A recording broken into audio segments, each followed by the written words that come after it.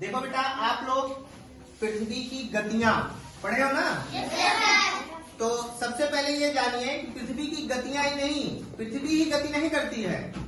इस ब्रह्मांड में जितनी चीजें हैं सभी चीजें क्या कर रही? गति कर रही हैं, घूम रही हैं। हम आप भी घूम रहे हैं पृथ्वी के साथ, और पृथ्वी हमारी घूम करके किसका चक्कर लगा रही है?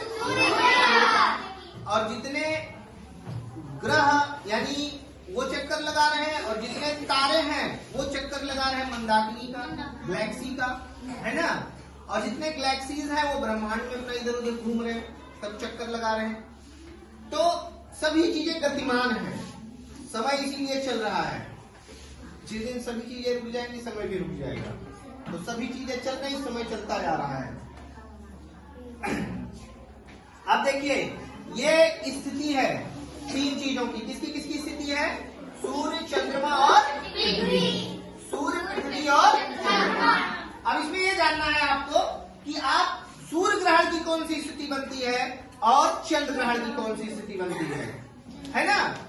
तो जब सूर्य ग्रहण, अच्छा ये बताइए कि चंद्रमा पर या पृथ्वी पर किसकी रोशनी पड़ रही है? किसकी? सूर्य की ना। अच्छा आप ये बताइए, क्या सूर्य की रोशनी पृथ्वी पर पड़ेगी? क्यों नहीं पड़ रही? क्यों नहीं पड़ेगी बताओ? क्योंकि चंद्रमा जो है ये बीच में है ना? चंद्रमा बीच में है ना? तो सूर्य को इसने लिया है ढक। क्या किया? ढक लिया। यानी जो लोग पृथ्वी पर इस भाग में हैं वो सूर्य को अब नहीं देख पाएंगे। और जब चंद्रमा द्वारा सूर्य को ढक लिया जाता है तो वो कौन सी स्थिति होती है? सूर्य ग्रहण की स्थिति होती है।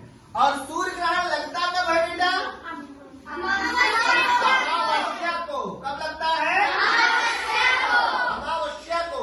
कब लगता है? अमावस्या को। अब समझे? और किसी दिन सूर्य ग्रहण की स्थिति नहीं बनेगी, केवल अमावस्या को ही सूर्य ग्रहण लगेगा। समझे? अब आता है अगला, सूर्य यहाँ भी, पृथ्वी यहाँ है, यहाँ चंद्रमा है। अब आप ये देखिए कि सूर्य और चंद्रमा के बीच में क्या है? तो चंद्रमा पर किसका प्रकाश पड़ता है?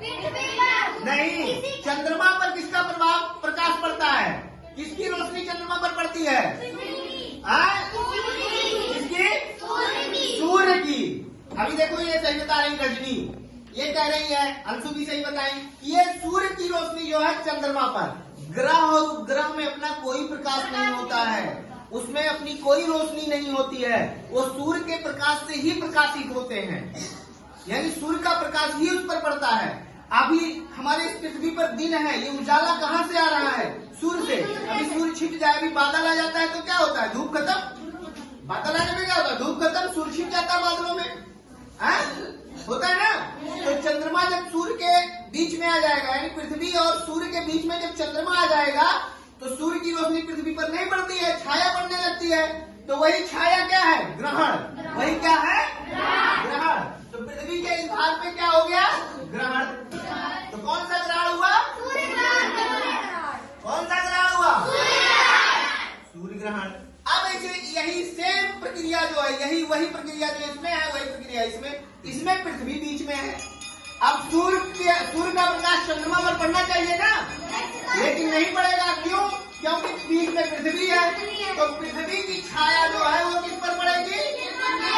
चंद्रमा पर। तो ऐसे में क्या, कौन सा ग्रहण लगेगा? कौन सा ग्रहण लगेगा? अब ये सूर्य की रोशनी यहाँ से जब चलेगी ऐसे पृथ्वी के ऊपर से, तो पृथ्वी इसको रोक रही, रोशनी को ना, रोशनी यहाँ रुक रही, और ये जो है चंद्रमा पर पहुंच नहीं पा रही है, तो चंद्रमा पर एक धब्बा बन जाएगा, तो चंद्र ग्रहण की स्थिति हो जाएगी, है ना? अच्छा, आप ये बताइए, चंद्र ग्रहण कब लगता है? पूर्णिमा को। कब लगता है बेटा? पूर्णिमा को। तो एक वर्ष में कितने पूर्णिमा होते हैं, किसी को पता है?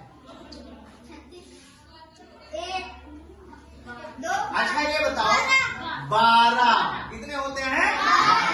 गौतम सही बताए, 12।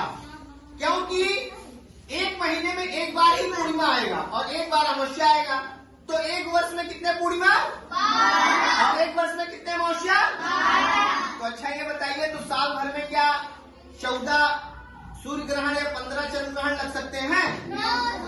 जब चंद्र ग्रहण पूर्णिमा ही 12 पड़ रहा है तो सूर्य ग्रहण कैसे 13 लग जाएगा, या चंद्र ग्रहण कैसे 13 लग जाएगा? नहीं लगेगा ना।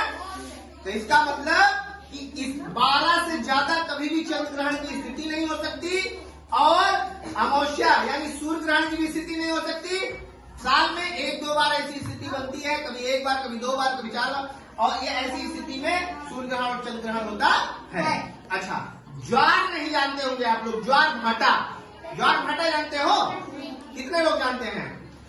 समुद्र का पानी कभी ऊपर उठता है और कभी नीचे गिरता है, यानी जल स्तर बढ़ता है और घटता है।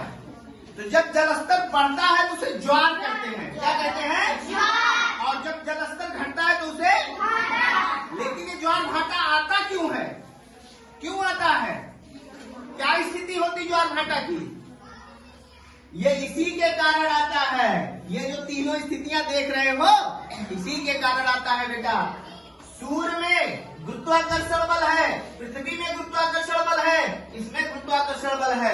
गुरुत्वाकर्षण बल के कारण ही ज्वार और भाटा होता है, समझे? और कभी दीर्घ ज्वार आता है और कभी लघु ज्वार आता है। जैसे ये स्थिति जब होगी तो दीर्घ ज्वार आएगा और जब ये स्थिति होगी तो लघु ज्वार आएगा,